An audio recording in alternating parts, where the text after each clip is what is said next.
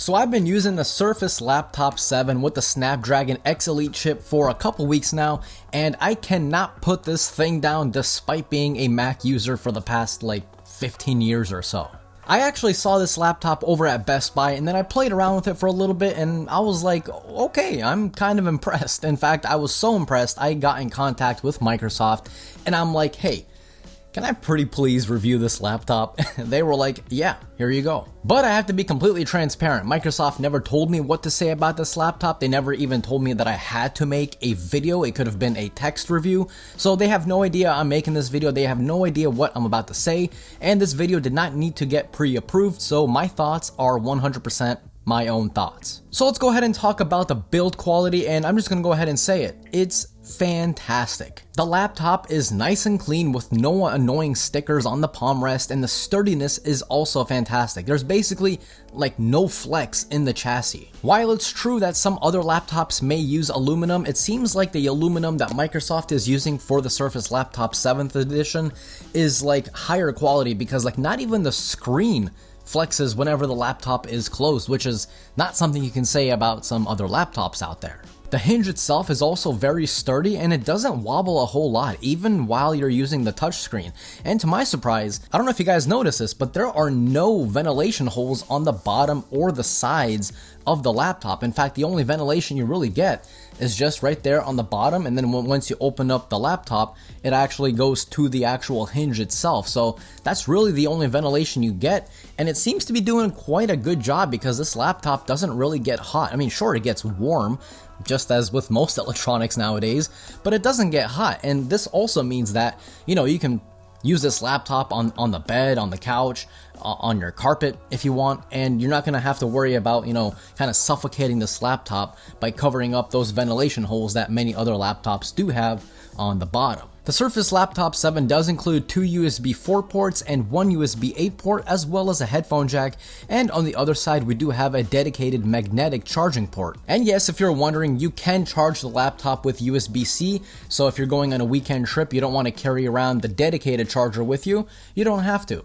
But that being said, I do wish this laptop didn't need a dedicated charger. I wish it had just another USB-C port where the charger is, so that way if you're not charging the laptop, you have 3 USB-C ports instead of only having 2 of them, but that's not really that big of a deal breaker in my opinion. So what about the speakers? Well, to my surprise, there are no speaker grills anywhere on this laptop. They are all coming from underneath the keyboard, so they are pretty much top firing speakers.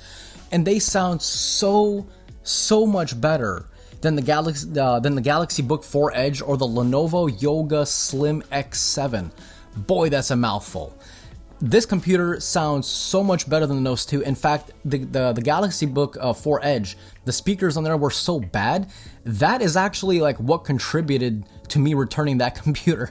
That's how bad they were. I'm not even joking. But the speakers on this computer are pretty much comparable to the MacBook Air, the 15-inch MacBook Air that just came out, which is fantastic. So, things like watching movies on this beautiful 120 Hz HDR display with those speakers, it's just such a nice combination. Now, depending on what you like and depending on your preference, this is a very, very reflective panel. In fact, it's so reflective that depending on what the window is, if you're typing, you can actually see it right now actually. If you're typing on this keyboard, you'll be able to see your fingers being reflected off the display. Not a deal breaker for me, because again, I don't really care about that kind of stuff, but reading a ton of people's comments, they don't like reflective displays all that much. They'd rather have some sort of small anti-reflective coating. So do keep this in mind. This is a really good panel, but it's not anti-reflective. Now, another thing I love about this laptop is that because it's not an Apple computer, you're not really paying the Apple tax.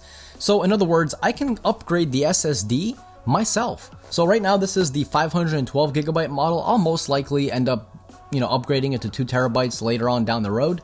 But all you got to do is take off these 4 rubber feet. They're not glued in there. There's no adhesion. You just literally pop it off and that's it.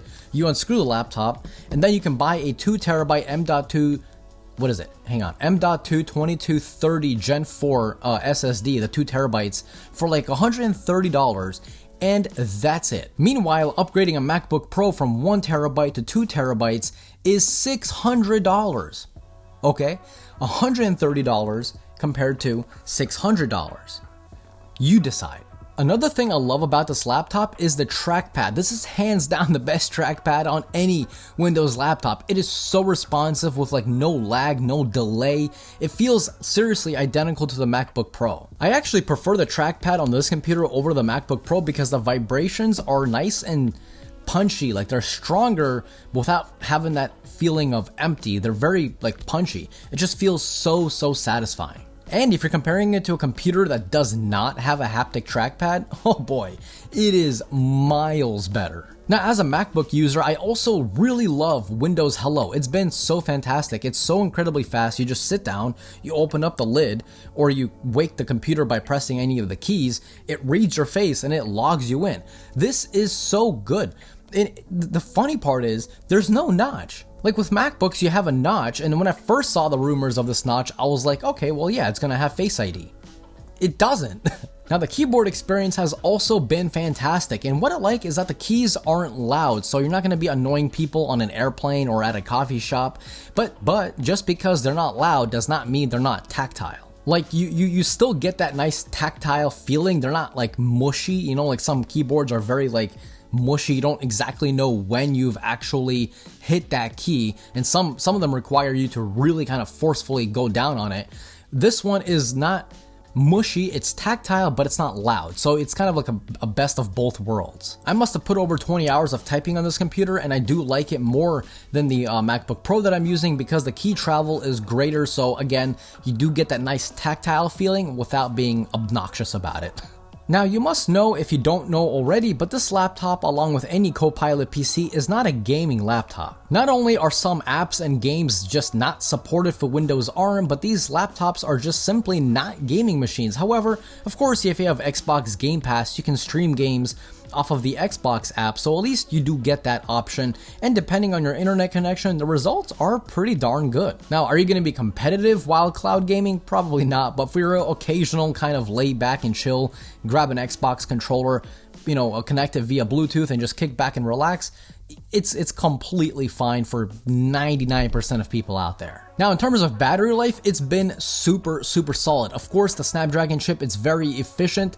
So if you're doing things like web browsing, Netflix, you know, just kind of day-to-day normal tasks, checking your email, you can get easily 2 days, 2 days of use out of this. So like around 17-18 hours of battery life. And by the way, that's with HDR turned on, and that's with the brightness being at around 70 to 80%. The hours that you put on this laptop feel fantastic because of that ARM Snapdragon chip. Everything just feels incredibly responsive with no noticeable lags or stutters at all. ARM is going to completely change Windows, and I just really hope more and more apps kind of get updated to use ARM because, like I said, even when I was at Best Buy, I was trying out Windows computers that did not have ARM, they just had Intel or AMD, and even things like opening up settings felt slower on those laptops than they did with this Snapdragon chip. ARM is definitely going to change Windows just like it changed Mac. I mean, it is a huge step up, and like I said, I just want more and more apps to